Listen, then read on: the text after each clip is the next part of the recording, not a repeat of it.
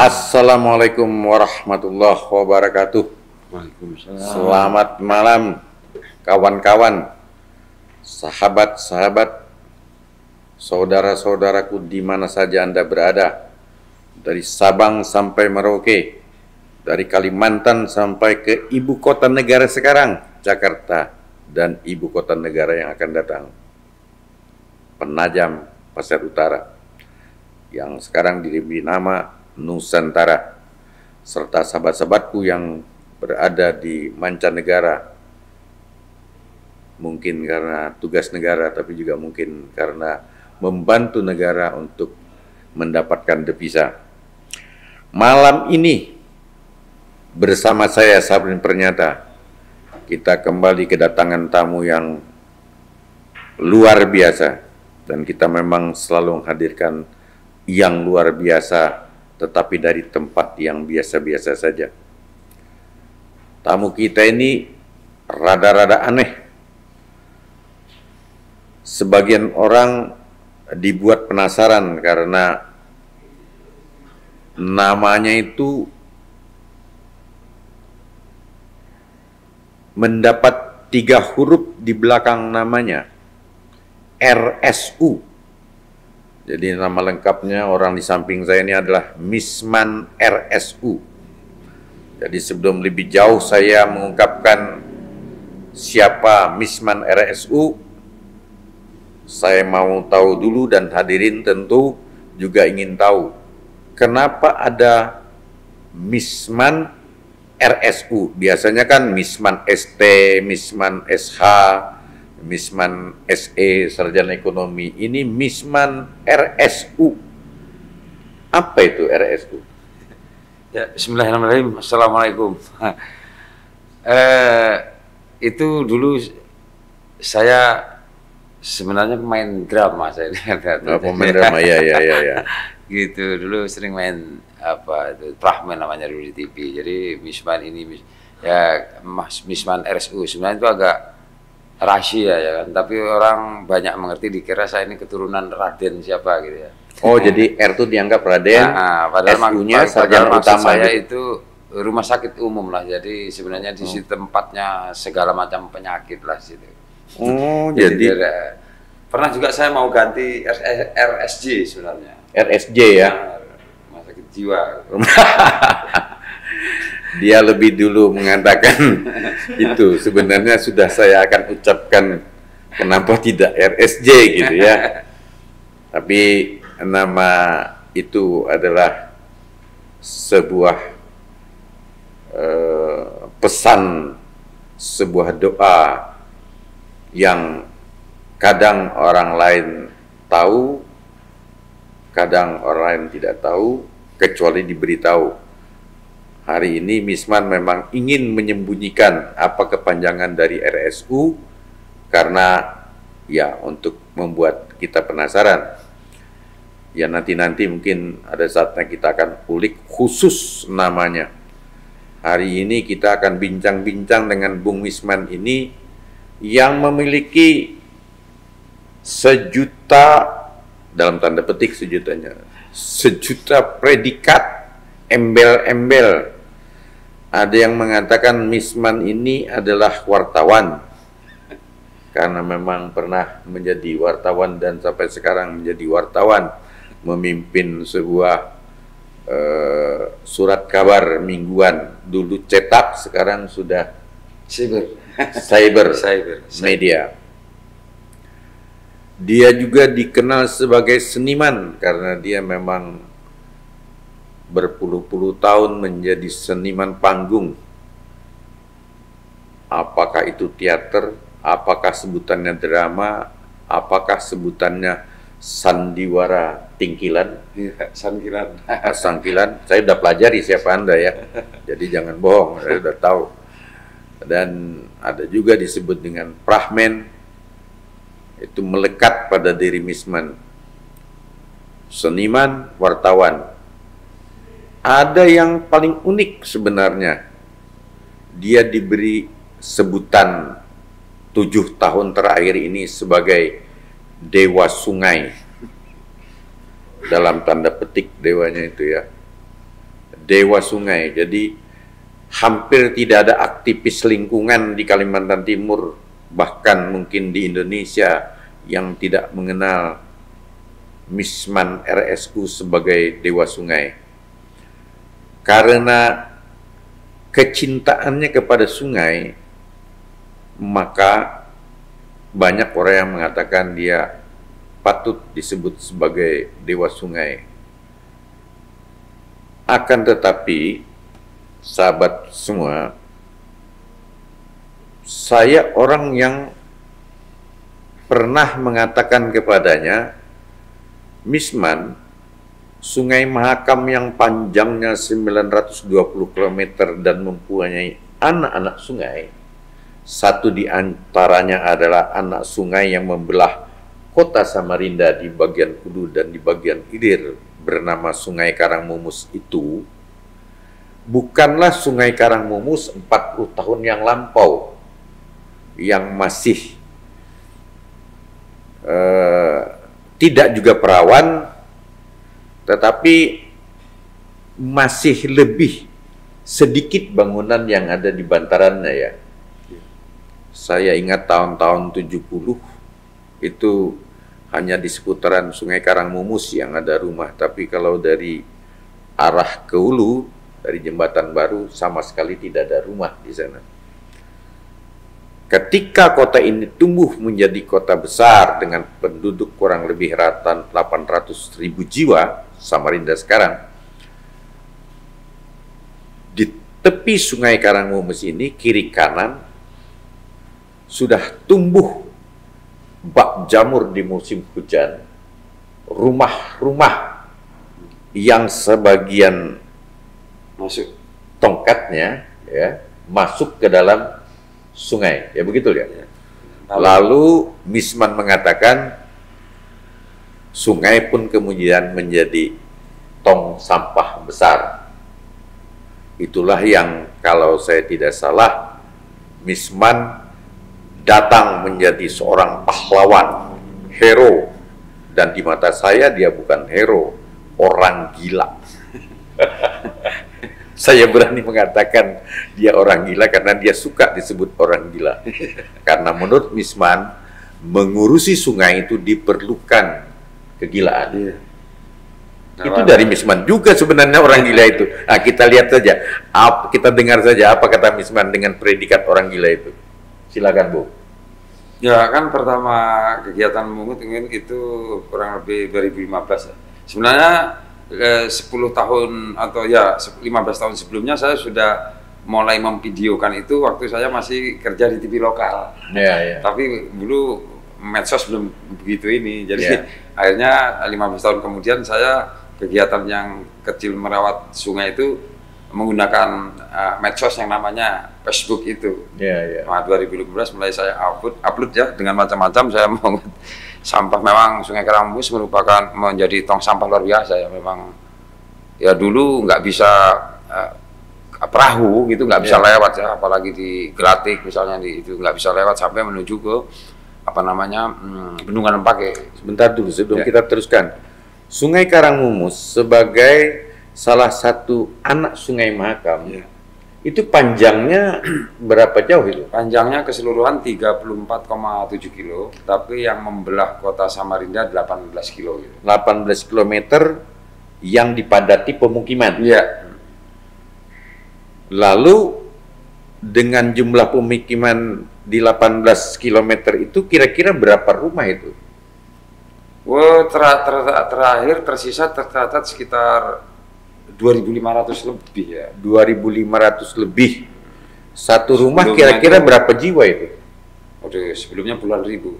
Satu rumah, ya Iya. lebih rata-rata 5 itu. 5. Jadi kalau 2.500 rumah dikali 5 itu artinya ada 2.500 12.500. 12.500 jiwa Iya.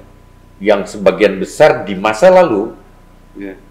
membuang hajatnya. Iya, ATM, Pak. ATM namanya itu ya. Ya. Apa itu? Anjungan tinjam mandiri, Pak. Anjungan tinjam mandiri. Anjungan. Maaf pemirsa, ini saya udah katakan, ini orang dalam tanda petik suka memberi label-label yang, tapi jadinya saya mudah ingat gitu ya. Jadi ada 10.000 jiwa yang di masa lalu sekarang sudah tidak sebanyak agak itu ya, berkurang nih, Pak. sudah berkurang, menumpahkan tabungannya ke ATM setiap hari. Sebenarnya yang lebih halus bukan tinja, Pak. Apa itu? Tahi, Pak. Kacau lagi, Pak. Ya, tapi itu sebenarnya kata moderat saja ya. Iya, Pak. Tahi itu bukan sesuatu yang Iya. menjijikkan juga. Contohnya tai mata, Iya. tai kuping, toh itu biasa saja. Karena guru saya dulu pernah mengatakan manusia itu sebenarnya tidak lebih dari tai. Ya, ini guru agama saya ini. Iya. Orang itu baru berharga justru karena hatinya. Kalau fisiknya tidak lebih dari tai. Dia mengatakan di kepala ada tai kepala. Orang saja mengatakan itu ketombe. Iya. Ya kan? Di hidung ada tai hidung. Orang saja mengatakannya itu upil. Jadi sebenarnya ada tai kuku, ada tai selangkangan, dan itu penuh dengan kotoran. Jadi jangan juga jadi manusia berlagak sebagai makhluk paling hebat ya. Karena tidak lebih dari anjungan tinja mandiri. ATM, Pak. Nah, yang jadi soal apakah anjungan tinja mandiri itu yang menyebabkan Misman tergerak hati untuk membersihkan Sungai Karangmumus atau ada soal lain lagi? Ya, soal yang mendasar setelah lama ini saya mengulik ya, merenung lah gitu. Ternyata memang air itu bukan sekedar tempat pengaliran. Jadi air itu sumber kehidupan. Sungai itu sumber kehidupan begitu. Ya. Jadi sungai itu sumber kehidupan. Kebetulan air ya gitu. Jadi gitu. Jadi kalau kita bicara sungai sebenarnya kita akan ketemu kualitas, kuantitas dan kontinuitas air baku yang menjadi sumber kehidupan vital bagi manusia dan makhluk Tuhan lainnya. Oke, sampai di situ dulu, sampai dulu. Ini kalau tidak direm-rem ini bisa kesulitan kita mengikuti. Jadi dia adalah sumber kehidupan. Ya. Ya, sungai itu sumber kehidupan karena di situ ada air. Air. Baik dari segi kualitas, kuantitas dan kontinuitas. Ya. Airnya banyak, kalau kualitasnya buruk, ya itu nggak bisa ya. Tidak bisa bermanfaat buat kehidupan ya. Sungai, nggak bisa dibentuk kehidupan. Airnya bersih tapi tidak kontinu. Nah itu juga ya, masalah ya. Ya. Jadi air sungai itu harus terjaga kualitasnya, jumlahnya dan terus menerus. Oke. Yang dilihat oleh Misman ketika kota Samarinda berkembang pesat, dan ini saya pikir tidak hanya di Samarinda ya. Hal serupa terjadi di Kalimantan yang lain ya. Saya tahu di Kalimantan Selatan juga dikenal sebagai kota seribu sungai. Kemudian di Palangkaraya begitu, di Kalimantan Barat juga ada sungainya ya. Bahkan di Pulau Jawa dan Sumatera juga banyak sungainya. Di Jakarta juga ada sungai ya kan. Jadi persoalan ini kira-kira serupa bahwa sumber kehidupan itu harus terjaga kualitasnya, kuantitasnya dan kontinuitasnya. Nah, bagaimana persoalan kemudian kalau kemudian air sungai ini tidak terjaga kualitasnya, kontinuitasnya dan apa ya, jumlahnya, Pak. dan kuantitasnya. Kualitasnya, jumlahnya, dan terus-menerus ya. Nah, dan terus-menerus. Memang dengan adanya ATM tadi itu menurunkan kualitas, Pak. menurunkan kualitas. Oke. Menurunkan kualitas bisa berakibat apa pada manusia? Buruk sekali, Pak, karena sumber kecerdasan itu oksigen dan itu ada di air, Pak. Oh, gitu. Ya, Pak. Jadi kalau kita mengkonsumsi air yang sehat, memang kita cerdas.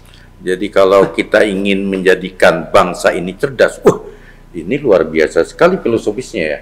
Ya, karena negara ini didirikan salah satu tujuannya adalah mencerdaskan kehidupan bangsa. Ya.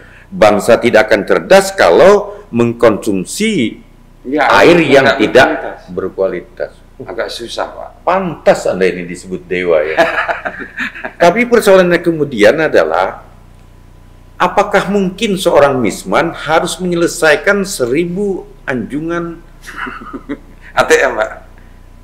Anjungan. ya, anjungan tinjau mandiri ini? Ini tidak mungkin, Pak. Tidak Karena mungkin. saya, ya kebetulan ada sahabat saya yang mengatakan Anda cuma semacam key, Pak, trigger kunci. Yaitu kebetulan Sapudin Pernyata, Pak, itu yang menyatakan, Anda harus berposisi sebagai itu, bukan sebagai decision maker. Oh iya. Gitu. Jadi saya sebagai membuka kunci atau membuka ini, baik itu, maaf, jadi untuk pemerintah dan masyarakat. Karena ya nanti kalau saya teruskan sebenarnya kita akan belajar eksistensi sungai, Pak, sebenarnya. Oke, sebelum sampai di sana, karena ini mendasar menurut saya 3 hal ini, Man. Ya kan? Mendasar ini kualitas, kontinuitas dan Terus kualitas, kuantitas, dan kuantitas, Pak. dan Dia ketersediaan. jumlahnya harus cukup, ya kan, dan terus-menerus terus berkualitas. Oh ya. Itu untuk Ini kan penting ini. Apakah selain ATM ada hal lain lagi yang bisa menyebabkan air sungai itu menurun kualitasnya? banyak, Pak, merubah ekosistem. Misalnya, Misalnya itu sungai dia punya tumbuhan akuatik. akuatik. Nah, tumbuhan akuatik, enceng gondok, piapu, kumpai yang sering kita sebut gulma. Ya. Itu enceng gondok aja kita ambil satu, ilung orang sini mengatakan, akarnya itu menjerap partikel beracun di air, Pak. Akarnya, Eceng gondok itu menyerap. Menjerap, bukan menyerap, menjerap. Kayak ada magnet, Pak, dia menangkap itu. Oh, Partikel-partikel yang ya beracun. bahasa saya menjerat lah itu. Ya, itu, Pak, Ya, betul, Pak. menangkap.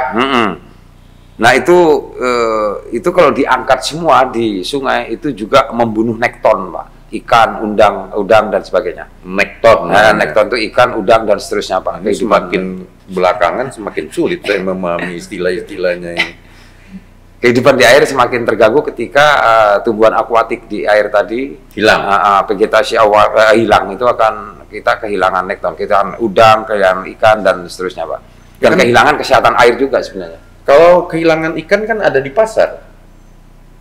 Oh iya, benar, Pak. Tapi itu nanti tetap akan kehilangan karena di pasar itu juga sumbernya tetap dari alam. Dari sungai. Dari sungai, dari laut. Tidak ada ikan yang datang dari udara kecuali ikan terbang ya. Ya, itu, Pak.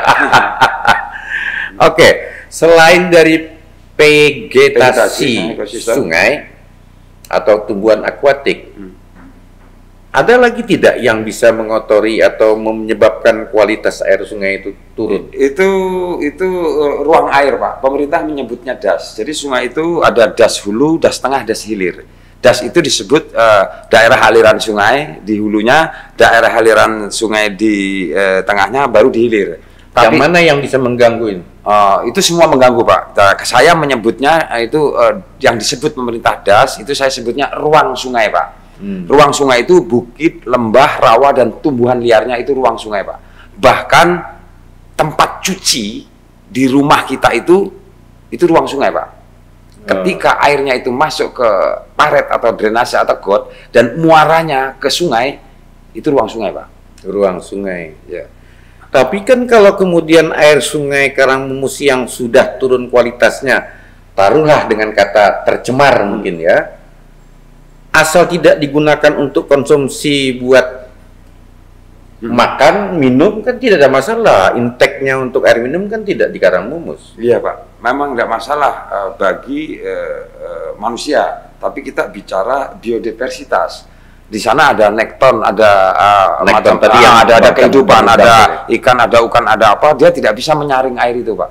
Ketika kita cemari dengan racun, dia akan tidak bisa hidup. Nanti ciri-ciri khas sungai yang tidak sehat itu apabila ikan endemik atau ikan alami itu menghilang Pak. Timbul ikan asing, misalnya di Sungai Karangmumus, pepuyuk hilang, sepat hilang, patin mulai hilang, lais mulai hilang, bakut mulai hilang, dan belunguran mulai hilang. Yang muncul ikan sapu-sapu, ikan cecak, itu indikator bahwa itu memang kualitasnya sangat berubah. Artinya kalau masih ada ikan sepat, ikan pepuyuh, Itu sehat Pak. air itu berarti sehat ya? Walaupun jadi gini, nanti ada perbedaan. Gimana air yang sehat itu menurut alami dan menurut manusia? Mungkin menurut manusia air yang sesuatu yang kayak air di aqua itu Pak. Tapi kalau yang di sungai nggak gitu Pak. Kalau sungai kita agak kecoklat-coklatan begitu Pak. Karena itu ada nutrisi untuk makanan mereka. Makanan siapa? Ya makanan nekton tadi Pak ada. Terus di situ ada fitoplankton Pak yang memproduksi oksigen yang kita sedot per detik ini. Jadi kalau Anda berhadapan dengan sungai yang airnya tidak jernih, jangan buru-buru menyatakan Betul Pak. kualitas airnya tidak baik ya. Iya. Kalau begitu, Itu kan air baku saja Pak. Untuk dikonsumsi sebagai manusia, nah itu akan diadaptasi. Nah begitu. Tapi sebagai biodiversitas, biota air itu sehat sekali Pak. kalau airnya warna hitam, Nah itu tergantung. Biasanya kalau warna hitam itu umumnya sudah tercemar luar biasa. tercemar luar biasa. Luar biasa. Bukan karena tadi dikatakan kalau jernih belum tentu berkualitas, kalau begitu kalau hitam Oke, kita berkualitas. ambil yang khusus saja, perbedaan sungai kita dengan di Pulau Jawa. Sungai kita itu agak kecoklat-coklatan, Pak. Itu sebenarnya kan dari serasah dan ranting, nutrisi dari bukit itu yang turun ke sungai. Nah, itulah nutrisi. Disitulah membawa renik-renik renik mikroorganisme itu yang menjadi makanan, Pak, sebenarnya di sana. Dulu serasah itu daun kering yang di bawah pohon, terus nanti ada ranting-ranting, itu ada mikroorganisme kecil-kecil, itu dia dilumat, dekomposer maksud saya, termasuk cacing dan sebagainya, dekomposer. Nah, kena air hujan dia turun ke sungai. Nah, itu dimakan sama mereka. Itu dimakan oleh nekton tadi, termasuk nekton. Jadi itu nekton dimakan oleh manusia, Pak. Ya contohnya udang tadi ya? Contohnya udang. Oh, seperti itu. Ada satu kasus misalnya saya di pedalaman, Pak Misman, kalau Anda dulu datang kemari, saya begitu turun ke sungai itu, saya 15 menit, saya sudah membawa ikan patin dan udang galah. Nah, saya cuma diem aja dalam hati, karena saya lihat sungainya sudah diganti beton, Pak, ripariannya. Itu nekton nggak bisa hidup. Sungai itu nggak boleh ripariannya dirusak ekosistemnya. Di sana harus ada kumpai, harus ada itu, di situ tempat. Jadi kalau mencari udang dari muara Sungai Karangmumus ke 18 km ke ulunya, ke ulu sungai, susah mencari udang sekarang. Susah, Pak, sangat susah. Karena udangnya tidak ada rumahnya, ya habitatnya yang namanya tadi, Pak. Tidak ada asupan makanan buat dia ya. Ada, Pak. Rumahnya masih ada sih air, tapi nggak ada, betul Pak, nggak ada. Dia tidak punya rumahnya ada tapi jadi gelandangan lah, karena dia tidak punya, karena dia nggak bisa tinggal, Pak. Jadi ada juga udang jadi gelandangan ya, Pak. Ya. Seharusnya kalau di situ ada enceng gondok, piapun, napung, kumpai, dia tinggal di situ, Pak. Artinya udang, ikan pepuyuh, biawan ini bisa mandiri, Bisa, Pak. tidak perlu diasupi. Iya. Tapi gara-gara tidak ada makanan dia jadi gelandangan dan pengemis. Iya. Dan itu tanggung jawab siapa itu? Itu yang agak repot, Pak. Tanggung jawab siapa? Agak repot tentang. Oh iya. Nggak, ini mungkin agak intermezzo. Kadang-kadang kita membangun alam ini kan ada dua, Pak. Kita ini biasanya human interest atau environment interest gitu. Nah, kalau sudah human interest, Pak, itu tekanannya kepada manusia. Jadi cacing mati, buaya mati, ular mati, semua mati nggak apa-apa. Yang penting manusia hidup. Itu tekanannya. Hati-hati membangun planet ini, Pak. Kita mau membangun apa ini? Mau human interest atau Jangan bicara planet, ini sungai belum selesai.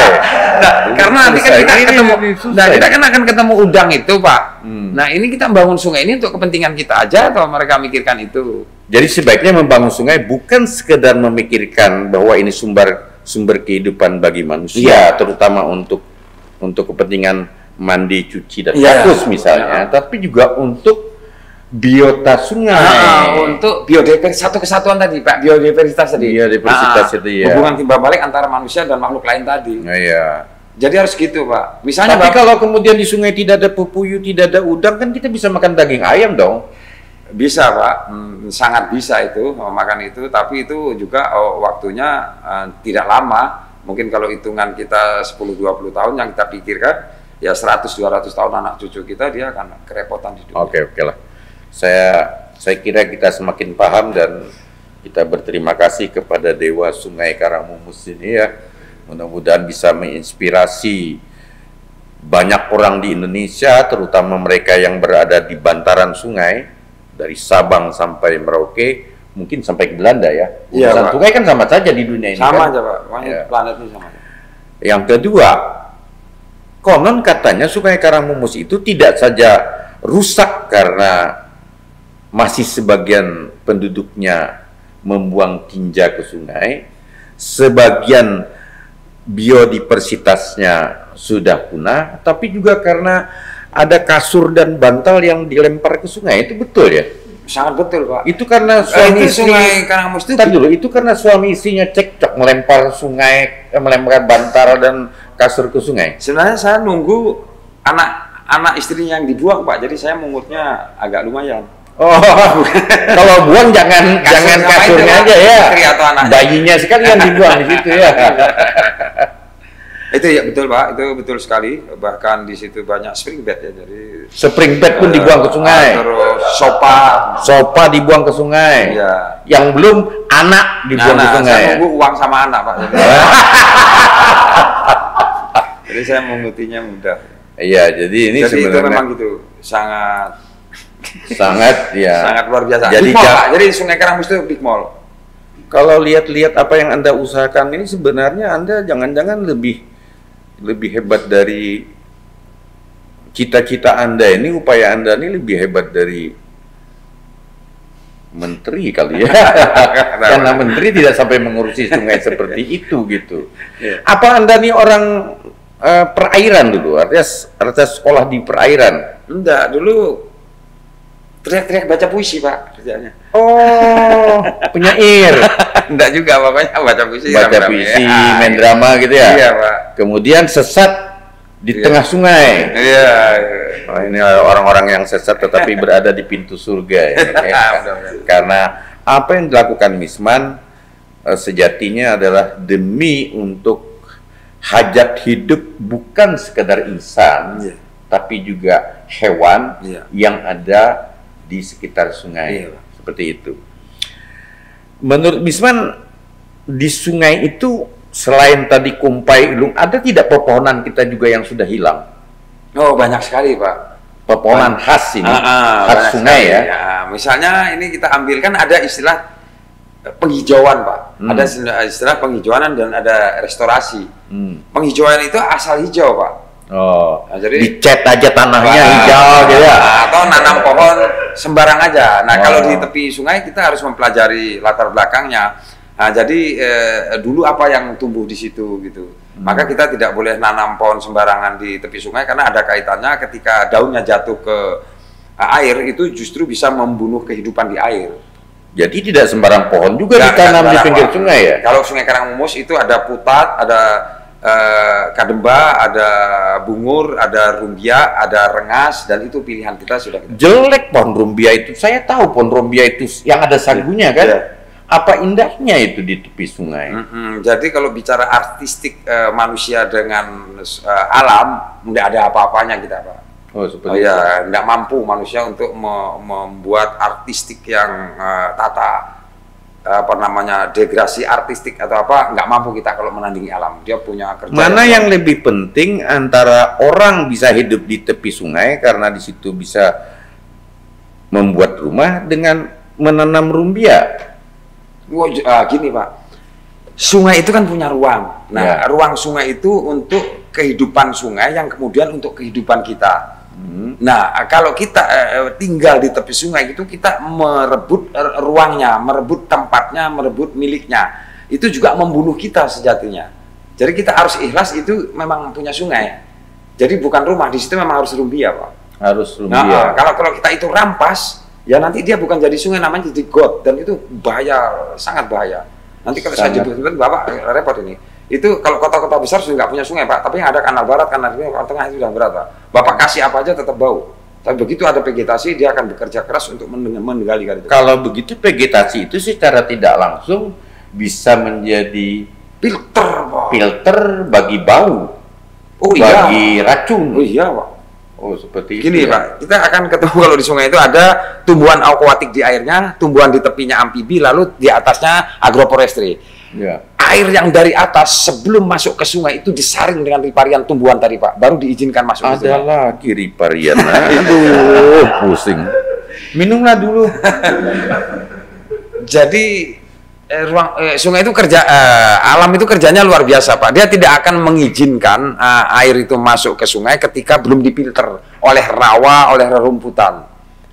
Jadi gitu. Rawa itu adalah bukan infiltrasi ya, Pak, bukan punya kemampuan untuk masukkan air. Rawa itu adalah bank sebenarnya, bank air. Ketika kemarau dia di sisir ini yang bikin repot, ada ATM, ada bank.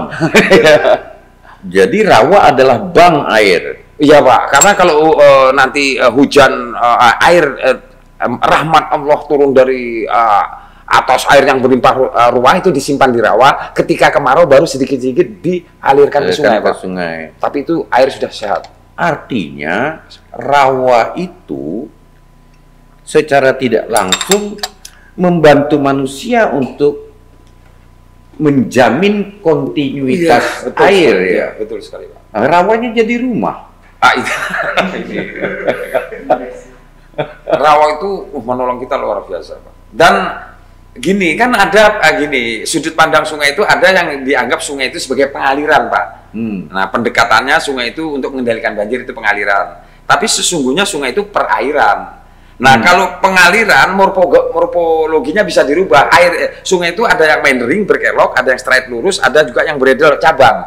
Nah, karena kita ini sebagai kita anggap penyebab banjir itu adalah sungai, maka ini yang berkelok kita luruskan, Pak. Oh, jadi kalau pendekatan sungai sebagai pengaliran, terjemahannya bagaimana air dengan mudah digelontorkan ke sungai supaya jangan jadi banjir. Ya. Kan itu untuk keselamatan manusia daripada kebanjiran. Oh, bukan itu, Pak. Begitu itu dirubah, nanti yang bagian bawah cepat tenggelamnya. Bagian bawah yang hilirnya cepat. Ini berkelok gini, Pak, ya. Ini ditahan, Pak. Ditahan, kemudian di bawah habis dia baru turun. Tapi kalau Bapak luruskan gimana? Ya cepat habis. Cepat. Nah, di samping cepat habis kan jadi cepat habis banjirnya. Belum tentu, Pak. Sekarang kita harus baca topografi kita antara Sungai Karangmumus dengan Sungai Mahakam. Benerkah itu posisinya gini? Tidakkah gini? Balik, Pak, nanti airnya. Ya, pasti begini. Oh, enggak, Pak. Kalau itu nanti betul enggak. Kalau tidak begini kan enggak mungkin air mengalir. Enggak mungkin mengalir, Pak. Tapi betul tidak curang. Nah, ya betul, kan? itu yang kalau miring jadi. pasti. Aku biar bukan ahli air berani. Betul, tetapi ketika diluruskan itu bagaimanapun belum tentu. Iya, dia akan lebih lancar. Lebih lancar, tetapi dia tidak menjamin juga itu tidak menenggelamkan bagian hilir karena cepat sekali. Kan yang biar tadinya, saja yang di hilir yang tenggelam, yang penting aku yang di hulu tidak tenggelam. Enggak bisa, Pak, ini soal satu kesatuan. Oh. Dia enggak bisa begitu, Pak. Ini bicara persatuan dan kesatuan, wah bicara filosofis lagi ya. Tadi bicara undang-undang, ini sudah bicara Pancasila ini. Jadi gini, kalau itu dia berkelok, itu kan membantu, Pak, ya. Lalu yang agak berdosa, itu sebenarnya yang paling berat dosa kita nggak bisa diampuni, itu udang ikan itu, Pak, dia begitu air deras, dia bisa masuk ke kelok, dia istirahat, dia nggak, begitu Bapak luruskan, dia nggak pernah istirahat, Pak. Keren. Oh, cepat itu, bagus dagingnya, kenyal. Bagus, Pak, dia nggak bisa bernapas. Seperti itu. Dan itu ajal menjemput namanya. Iya, Pak, betul-betul terlempar-lempar. Seharusnya kalau berkelok, Pak, dia masuk. Jadi kalau di Sungai Karangmumus ada namanya tepian lempake, itu kelokannya jauh, Pak, sampai ke bukit. Nah, itu pernah di Sudet namanya. Diluruskan? Iya. Sudah? Ya, itu sama sekali nggak boleh sebenarnya, Pak. Dan tidak dikembalikan? Oh, tidak dikembalikan, Pak. Sudah jadi perumahan, gimana yang balik? Oh, iya. Nah, jadi itu bahaya. Karena tadi memang prinsipnya kita bahwa sungai ini pengaliran.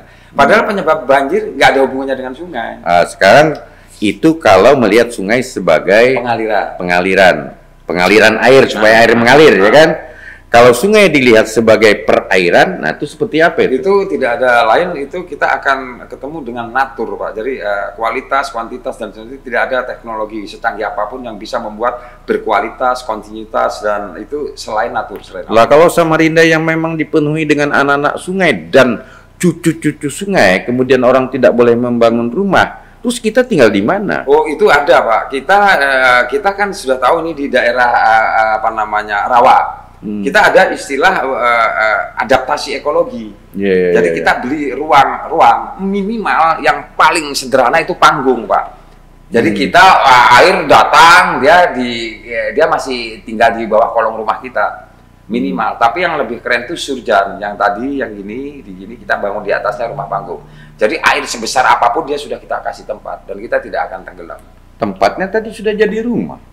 Enggak, Pak, kalau kita pakai surjan itu kan ada istilah lateral atau horizontal vertikal. Kalau rawa itu kan vertikal, Pak. Begitu itu kita uruk. Kalau ngomongnya begini itu horizontal. Horizontal, Pak. Dia horizontal. Ini jangan bikin aku pusing. Ini kan horizontal, Pak. Ini begitu kita timbun dengan urugan, ini nanti air yang tadinya itu akan lari kemana-mana. Tapi ketika kita angkat ini ke sini, kita angkat ke sini, kita bangunnya di sini, air yang gini itu masuk gini, Pak. Jadi tetap seimbang. Nah itu jadi kita beradaptasi lah. Jadi harusnya bukan tidak boleh membangun, tapi bagaimana cara membangun yang bersesuaian dengan kebutuhan lingkungan.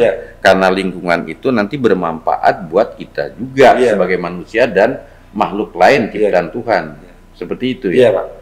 Nah, persoalannya kemudian adalah ketika sungai dibeton kiri kanan. Kan indah itu seperti di Belanda. Begini, Pak, kalau sungai di beton kiri kanan itu namanya tidak boleh disebut sungai. Kanal. Ya, kanal. Terserah aja kanal. Jadi yakin saya anak cucu kita tidak punya sungai, nanti punya kanal. Sungai itu tidak boleh diputus ekosistemnya. Begitu diputus dia bukan sungai, Pak, dia kanal. Kan tempat pembuangan air aja. Tempat pembuangan air. Sekarang kita lihat Belanda. Kalau Belanda ini saya mau lihat juga. Saya yakin yang dia kanal itu mungkin hilir aja. Iya, memang di hilirnya. Ketika dia di hulu yang daerah konservasinya dia nggak boleh diganggu, Pak. Iya. Nah, kalau kita setahu saya Belanda itu adalah bangsa yang sangat peduli banget pada lingkungan. Ya, karena hutan-hutan raya di Indonesia ini sebagian besar termasuk kebun raya itu kebun raya Bogor itu zaman Belanda, bukan buatan Indonesia ya. Tapi kalau di Muara memang dimungkinkan untuk itu kan kebutuhan, jadi keniscayaan gitu. Keniscayaan itu kalau dihilir silahkan, tapi kalau semua mau dihabisi ya memang jadi kanal semua. Jadi kanal semua. Dan gini, kalau konsentrasinya bahwa penyebab banjir itu sungai, nanti kita akan tidak mematuhi ruang sungai. Kita akan konsentrasi perasaan kita ini penyebabnya cuma ini, padahal penyebab banjir itu ruang sungai tadi yang habisnya bukit lembah rawa. Bukankah penyebab banjir itu air? Bener, Pak. Bener sekali. Bener, jadi Pak. Yang salah kan air. Iya, Pak. Oh gitu, betul. Nggak tahu juga ini bener nggak? Itu gini, kalau itu kan kita akan kembali dengan kesepakatan bersama bahwa 75% planet ini isinya air. Nah, makanya kita harus sebenarnya yang numpang di planet ini bukan air sebenarnya, justru kita. Makanya kita yang tahu diri sebenarnya, jangan merampas rumah air gitu. Iya, soalnya kalau kita pikir-pikir memang 75% planet ini adalah air ya. Bahkan tubuh kita juga penuh dengan air ya. 75% juga. Bagaimana mungkin kita bisa terisak-isak tanpa air mata ya? Iya, betul, Pak. Dan karena air mata itu ternyata juga perlu kata orang ya. Perlu, Pak. Perlu ya untuk membuang kotoran. Terus kalau kita tidak mengkonsumsi air, dengan sendirinya tidak ada air mata. Seperti itu. Kalau air mata tidak ada juga dong air mata buaya. Tidak ada. Jadi sahabat semua, ini memang luar biasa. Kalau bicara soal air saja dengan Misman ini waktunya tidak cukup. Karena kita belum mengulik bagaimana rawa yang kemudian jadi rumah, apa akibatnya, dan bagaimana dampaknya dalam waktu 5-10 tahun dan ke depan, seperti itu ya. Tapi kira-kira menurut Misman ada tidak jalan khusus di kota Samarinda ini, sungainya, supaya semua bisa jalan gitu. Ya. Kebutuhan pelestarian lingkungannya jalan, tapi masyarakat juga tetap bisa hidup di sini. Saya memberi masukan kepada masyarakat dan pemerintah itu sudah menurut saya Sungai Karamus secara ekosistem memang sudah rusak. Jadi kita sudah nggak bisa berharap terlalu banyak untuk itu ya. Jadi selamatkan. Nah, selamatkan yang tersisa. Jadi Sungai Karamus ambil yang 18 kilo itu Pak, yang di hilir itu untuk pariwisata nggak apa-apa ya, di tembok di apa, yang di tengah itu namanya fishing ground, baru yang di hulunya itu yang 18 kilo itu yang konservasi. Jadi ada untuk berpariwisata, ada untuk mancing-mancing, tapi ada yang memang asri Pak. Oke. Untuk menyelamatkan sementara itu. Waktu kita tidak banyak, saya mau pertanyaan terakhir ini. Kira-kira menurut Misman, apakah Anda ini selama ini ya dapat berkolaborasi dengan baik dengan pemerintah terhadap gagasan-gagasan Anda, atau Anda jadi orang asing dengan pemerintah? Dengan pemerintah khusus atau dengan masyarakatnya? Ya dengan pemerintah dulu lah. Dengan pemerintah ya mungkin kalau bersesuaian dengan proyeknya bisa nyambung, kalau enggak ya agak bertentangan, karena pemerintah biasanya konsentrasinya pada, saya nggak menyalahkan tuh, pada pengaliran, karena pemerintah harus cepat-cepat. Tapi kan ada juga saya dengar pemerintah menanam-nanam pohon. Oh iya, ada. Nah, ada yang cocok juga, ada yang enggak, jadi gitu.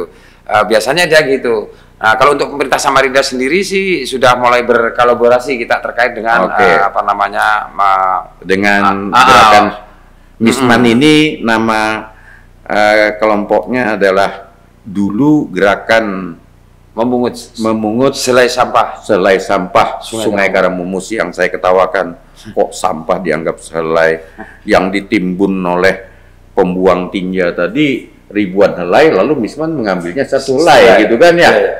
Misman dapat 1000 helai, timbunannya sudah 1 miliar helai gitu kan. Yang saya mau tanya, sampai sekarang dukungan ada dari misalnya relawan, komunitas? Karena ini sifatnya sukarela, itu ya memang kadang-kala ada, kadang-kala enggak. Karena ini kan tidak profesional dalam arti berbayar, jadi kita tidak bisa meminta orang untuk aktif. Jadi ada yang datang, ada yang pergi, biasa itu.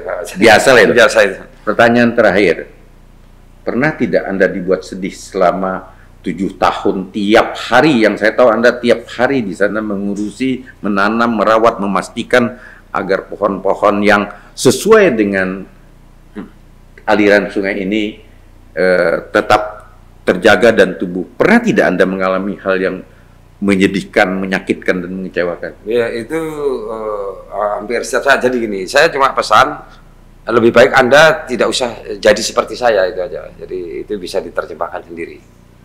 Orang jangan jadi jangan jadi seperti saya terkait dengan sungai, dengan itu. Karena apa itu? Karena tidak tahan. Oh iya, karena memang tekanannya bukan hanya kepada ini. Misalnya saya menunggu pohon itu 7 tahun.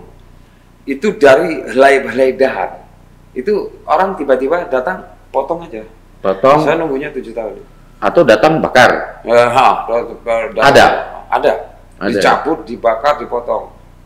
Saya nggak seperti datang dia potong aja. Saya menunggu itu 8 tahun, 7 tahun. 1 daun itu. Ada berapa pohon sudah yang ditanam? 10 ribuan ini. Berapa jumlah luasannya? Luasannya bervariasi. Ada yang total aja. Totalnya 3 kilo lah gitu aja. Iya.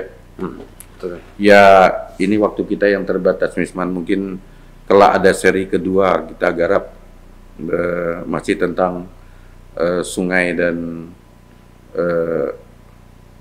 manfaatnya bagi kehidupan manusia, tapi karena waktu membatasi kita, saya pikir apa yang disampaikan oleh Misman ini sangat memberi inspirasi kepada kita, memberi pelajaran kepada kita. Kita harus menjaga kontinuitas, kualitas, dan kuantitas air ya. Jaga kualitasnya, jamin ketersediaannya, tidak harus segera digelontorkan. Karena menggelontorkan dengan cepat bisa merendam di bagian hilir, ya kan? Dan kalau tidak hujan bisa mengeringkan bagian ini. Kalau tidak hujan bisa mengeringkan. Jadi hilangnya kelokan itu akan mencelakakan. Jadi air itu adalah makhluk Tuhan juga yang butuh ruang hidup ya. Saya ingin memberi penghargaan Anda berupa sertifikat. Anda berapa perlu sertifikat untuk mendapatkan? Rasanya sudah banyak, Pak. Oh, sudah banyak ya, kalau gitu saya tidak jadi memberi. Dan sertifikat itu ada yang dalam bentuk mobil gitu ya? Enggak, Pak, cuma kertas saja. Oh, kertas saja. Mohon maaf, ini saya bertanya dengan sebenarnya. Tapi kawan-kawan dimanapun Anda berada, mudah-mudahan Anda mendapatkan manfaat di sini dan terketuk hati untuk membantu Misman. Jangan menjadikan Sungai Karangmumus sebagai tong sampah. Mudah-mudahan bermanfaat. Wabillahi taufiq wal hidayah. Wassalamualaikum warahmatullahi wabarakatuh. Waalaikumsalam warahmatullahi wabarakatuh.